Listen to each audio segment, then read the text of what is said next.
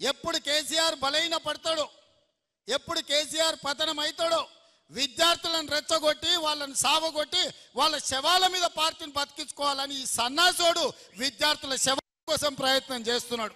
ఆనాడు 6 అడుగులు ఉన్నోడు 100 రూపాయలు పెట్టి లీటర్ పెట్రోల్ తెచ్చుకుండు, కానీ 10 పైసలు పెట్టి అగ్గిపెట్టే తెచ్చుకోలే. పెట్రోల్ డ్రామాతో హరీష్ రావు డ్రామా ఆడితే ఇది నిజం అనుకొని శ్రీకాంతాచార్య పేదోళ్ళ బిడ్డ పెట్రోల్ పోసుకొని తెలంగాణ ఉద్యమంలో ప్రాణ త్యాగం చేశాడు. అక్కడి నుంచి ఈశాన్ రెడ్డి, వేణుగోపాల్ రెడ్డి, కానిస్టేబుల్ కిష్టయ్య, యాదయ్య ఇట్లా వందలాది మంది పిల్లలు ప్రాణాలు తీసుకున్నారు. కానీ కేసీఆర్ కుటుంబంలో ఒక్కరన్నా చచ్చిపోయినానే ఎన్నడనా?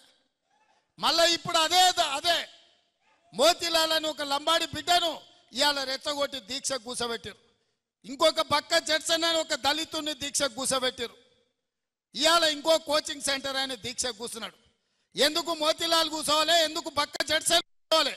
నేను సూటిగా సవాల్ విసురుతున్న హరీష్ రావుకు, కేటీఆర్ కు, సన్నాసులారా మీరు దీక్ష కూర్చోండి, మీరు సావనైన వాయిదాయిన పడాలి. ధైర్యం ఉందా? రాండి ఉస్మానియా యూనివర్సిటీకి వచ్చి ఆర్ట్స్ కాలేజ్ ముందల బామార్దుల ఆమరణ నిరాహార దీక్ష కూర్చోండి.